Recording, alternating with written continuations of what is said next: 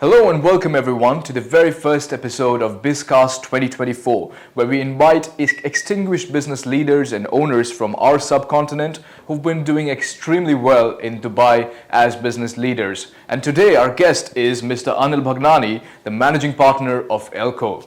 Now, the moment I say Elco, my mouth is watery and nothing else, and I can only think about their extremely good pani puris and their incredible vada pavs.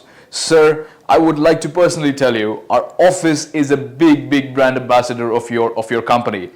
Every week we've got at least something or the other coming from Elco. I think twice a week probably. And I myself would like to believe that I contribute to 1% of your vada pav sales for sure. Well, welcome to the show, sir. We're delighted to have you here. And for audience such as me, we need no introduction of who you are and what Elco is. But to the larger audience out there who do not know about Elco, just to grow your business a bit more, why don't you sort of give a brief introduction about yourself and about what Elco stands for and what Elco is in a brand itself? My name is Anil Bhagnani. I'm the managing director of Elco Restaurants LLC in Dubai and Mumbai.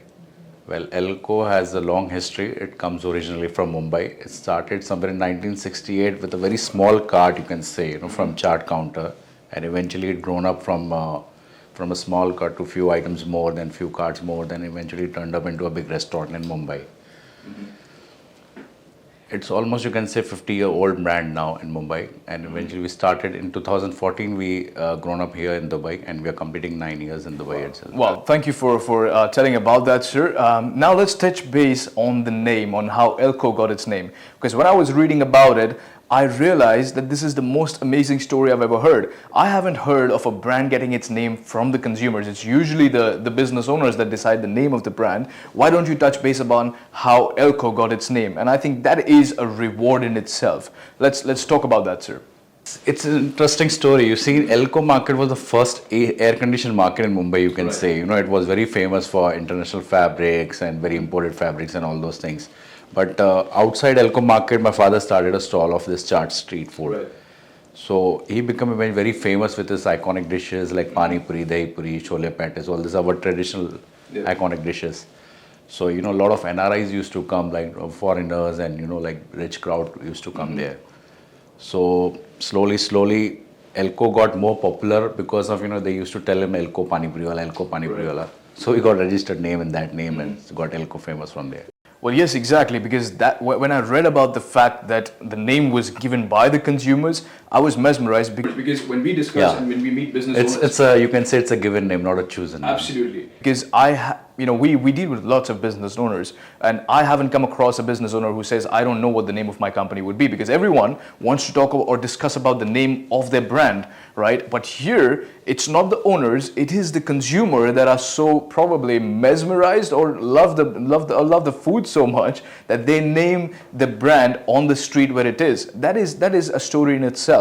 Now, I'd like to sort of move further or take the conversation further and ask you about what do you think is the importance of street food in the Indian subcontinent? Because I think coming from North India, all we grow up is on street food. So why don't you take us through, and not just considering North India as a segment, but why not cover all of India? What do you think about that? What is the significance of street food in the Indian subcontinent? Please.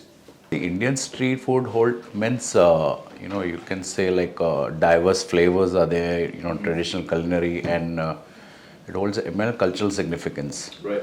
And there is regional influences also there in a lot of in the country. Like if you go in the north, south, west, completely street food is very different. Mm-hmm. When we talk about south, there are dosas, idlis. Right. When we talk about our Mumbai, where we are originally from, vada pav, pav bhaji, Bombay bhel, these are the iconic items.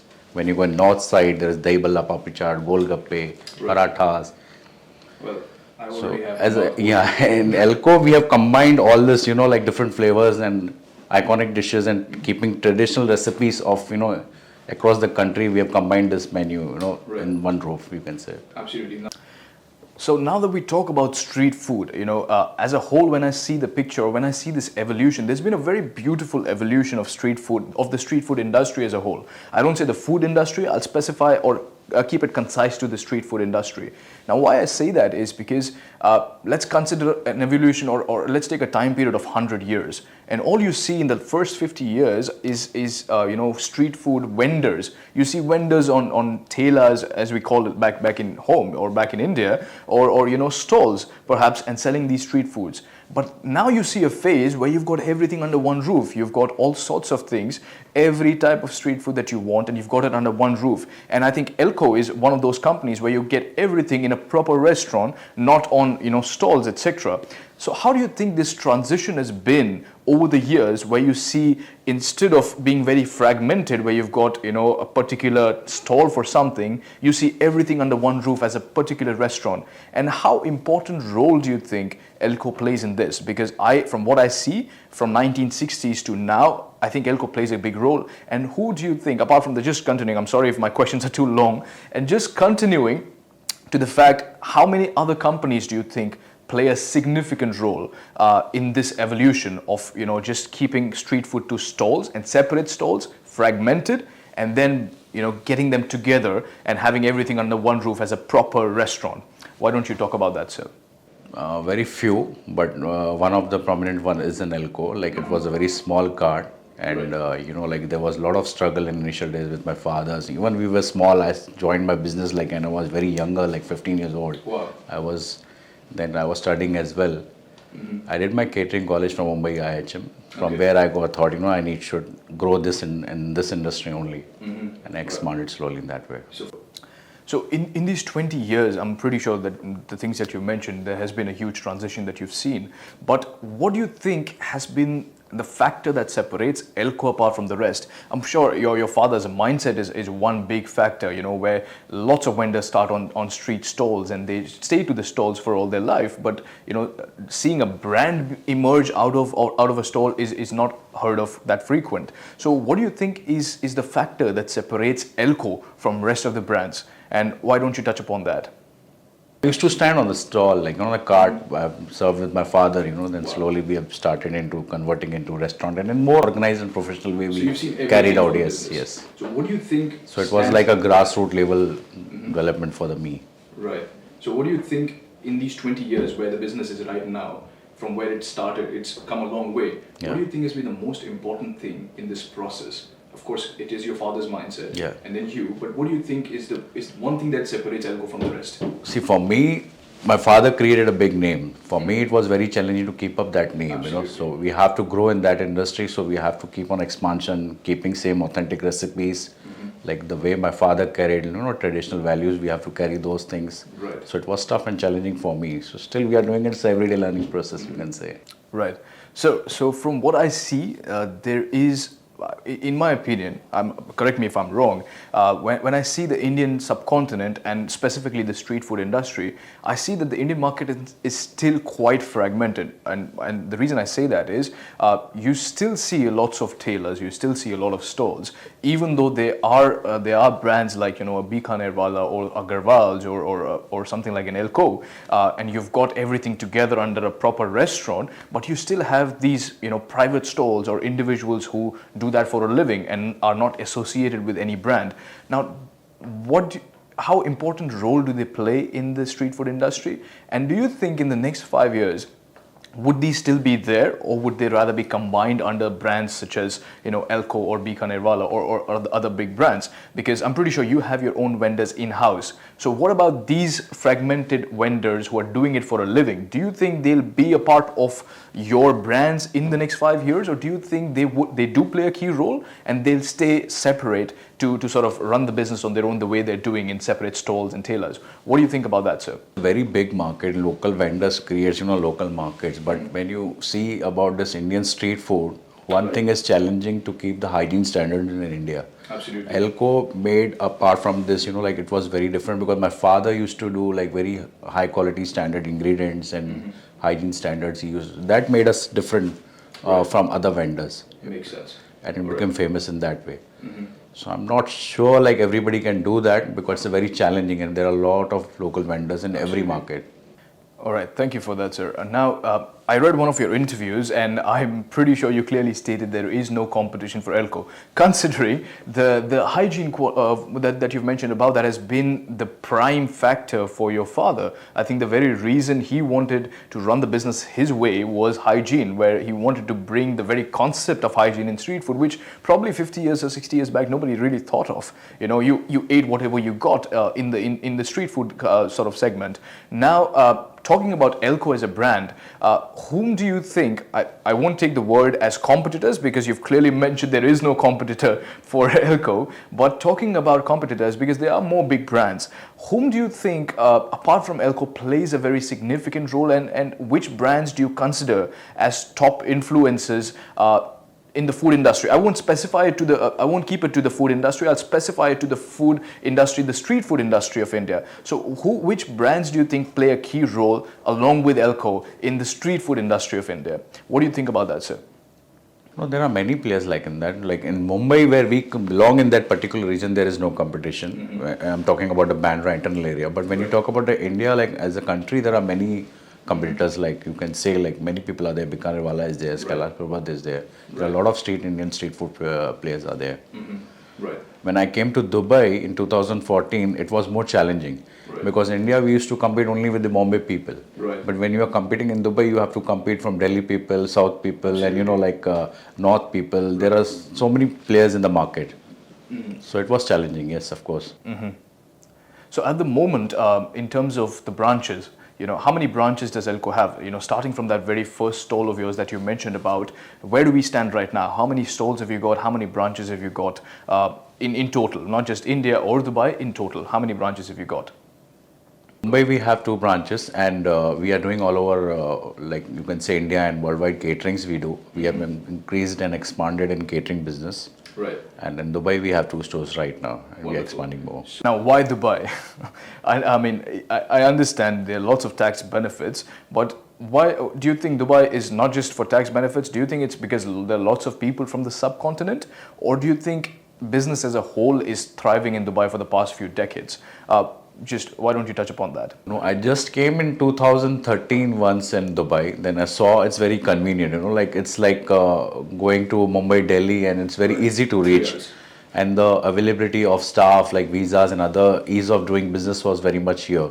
So I thought it's a better place to just give a try. Right. And I saw the market, like there was a lot of big Indian market was here. Right. So that's why I thought of starting a. Right. So it's been around 6-7 years in total. So do you think that decision has been a very, very good decision for you, or just an average good decision for you? Of course, we are doing very good here in Dubai. Yeah. Definitely. Wonderful. Well, now I have a very, very serious question, which is something that I ask most of the entrepreneurs who've been in the business for the last decade or so, about the 2020 to 2021 phase, the COVID. Now, I understand it was perhaps the most difficult phase for businesses all across the world, not just any particular city or country. But considering the food industry specifically, or let's consider the street food industry specifically, where the charm or the joy of having street food is to go out to the stalls or to the stores and restaurants and then or consume the street food, how impacted was the street food industry, and do you think you've learned something from that particular phase to build more of a sustainable business? Why don't you touch base upon that, sir? Because that phase or those particular years, in terms of a businessman, they intrigue me a lot. So I really want to know what was the psychology back then, and how you sort of drive the business out of a phase where most of the businesses were shut. No, it's very interesting actually. You see, when you talk about street food, it's not easy to make in the house, and it's very difficult. During COVID times, we did like good business in online and through takeaways, because government eventually allowed doing takeaway businesses later on. Right. So we did good business in this takeaway. And it was very difficult to sustain. Eventually, it was very blank period for us, like so many staff, rents and other costings. But we put our measures in the place and we cut down on the staff, and it was challenging that period. Yes, because going through that phase, I mean, you and I know a lot of businesses that have shut down. during that phase. And not just that, I think in the past 100 years, nobody has experienced something like that, a complete shutdown where there's nothing going on, there's no economics, there's no business, there's no profit, right? So that was a very, very difficult period, I'm pretty sure. And surviving that period in itself is a great business acumen. That is what I personally believe. Any business owner, I consider our company for that matter as well, going through that period and surviving through that period. All the business owners have done that. I think hats off to them, because that was the testing point to the extreme where everything is shut. Yeah, they shut down, yes, entirely shut down, yes. And that also takes me to the next question. As most business owners have, 2-year plans, 3-year, 5-year plans, do you think Elco also has a 5-year plan? And where do you see yourself as a brand in the next 5 years? Would you like to sort of talk about that? Is there a plan, or you don't think about it? Why don't you sort of touch base on this thing, on where do you see Elco being in the next 5 years? Let's talk about that, sir. We are working on expanding our business through franchising and other branches in Dubai and worldwide as well. We are working on that plan very soon.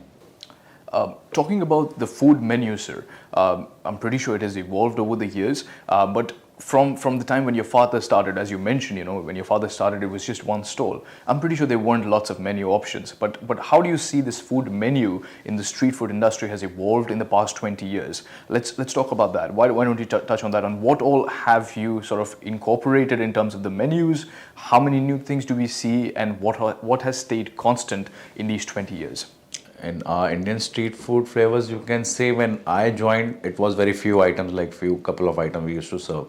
But eventually, when turned on into a restaurant, I saw there is a demand for the family. Mm-hmm. When a family of 4 comes with kids, they need their own menu, like dosas at least. Yeah. So we thought of combining all the Indian street food from across the region, and we expanded the menu in our restaurant.